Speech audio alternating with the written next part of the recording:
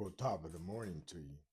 Hey, you know what? It's Monday morning, and I just want to share with you, and I want to be real with you, the concept of what I'm trying to say. Every person out there, man, woman, child, you're all Ezekiels, or you will be one day. There's going to come a time where someone's going to come into your life and they're going to break you down. You can count on it, they're going to break you down.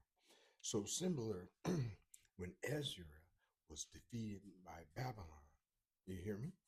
And being Ezekiel, him and 10,000 other Jews were pretty much facing hardship. And the hardship is over a period of time. You see, it takes time to break you down, because you're resilient. You're just not going to stand for it. So sometimes they have to overwhelm you. In this case, they were overwhelmed. The first time they came, you know, they said, hey, we want you to pay a bounty, a tax, you know, and then you keep sending us this money. But they didn't do that. Okay. Someone, there's always somebody who tries to show pride. And pride is always before the fall. So what did they do? They came back and took 1,000 of the Jewish people with them and said that you can live in Babylon, which is Shinar. You have to go to Ezekiel to understand that. And they took 10,000 of them. Hey, excuse me. And they could live among the Babylons, but they could not leave and go back. So that said, that's exactly what happened.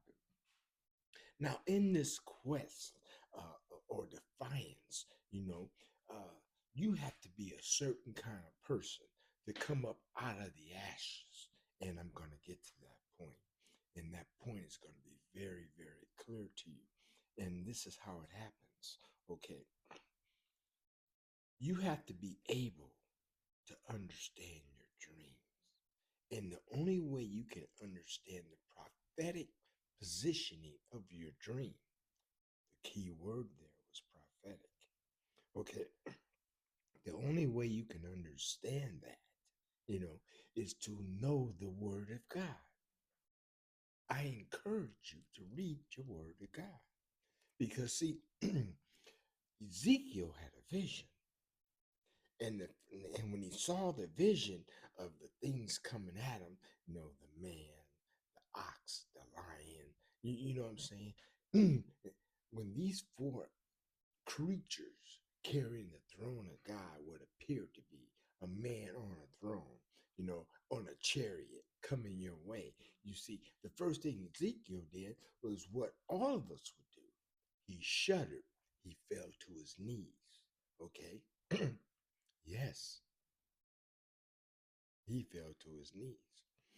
But the man said, get up. And the very first thing he told that man to do after he got up was to purify your lips. Now we know the mouth is a treacherous thing.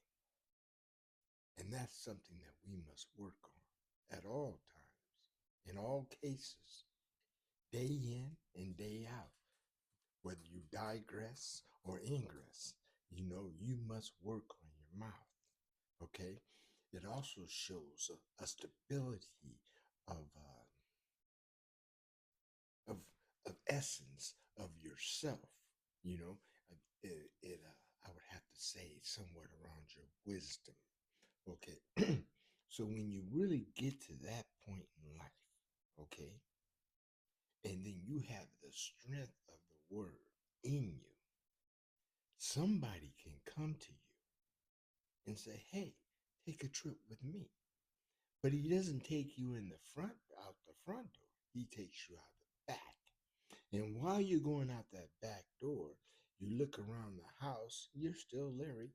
You are gathering your surroundings. You see a stream of water coming out from under the house. Now you got to get this. This is the most important part. Because out of that stream of water, For 500 yards, it's ankle deep.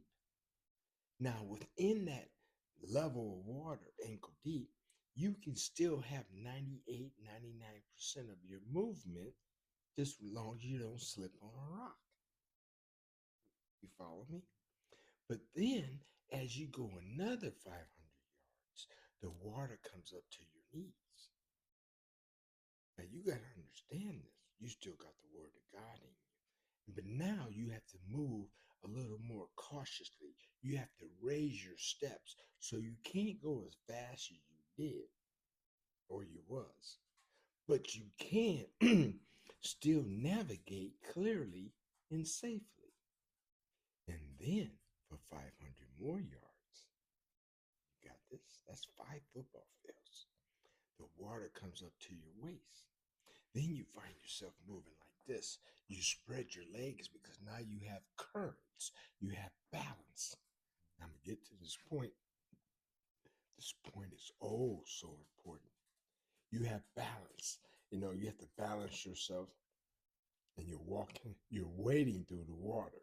Okay. You even got your arms up, and having your arms up, as you move through, then you go another 500 yards.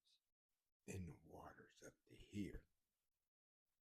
Now, most people are gonna, you're gonna wade your arms, you're gonna keep on moving. But see, let me tell you what that really represents. And let me change my position here because it's kind of serious that you get this. See, you saw a stream of water coming out of a source from under a house. And as you move deeper into it, you also found out that the water was good, plentiful for fish, but it's also plentiful for dangers. You follow me? Now, because of that, I'm going to take you over to Galatians and you'll look at your fruits of the Spirit. All right? Because you have 9 or 10 of those. You hear me? But before you get to those, you have 27. Get this, 27 negative: lavishness, pride, envy, jealousy. You have all these things, and they're all within that body of water with you. Yes, you must navigate your Christianity, your depthness of yourself, as it appears to the word is in you. But you have to navigate around that. You have to be strong. You have to be vigilant to move forward as you wade your way to the water. Now you are in the mouth, as in this situation, the Jordan. That's so much water. I don't know what to tell you. We're not talking about the reeds where Israel crossed over. Okay, we are talking about a body of water. Now let me tell you something. I skipped a part on purpose. Because see, he saw a vision of the skeletons, and then the bones started connecting, and then the tendons started wrapping around the body. You got what I'm saying? Now this is the spirit. Okay, and then as the skins grew on the bodies, and then there was a breath of fresh air, and the skeletons became life.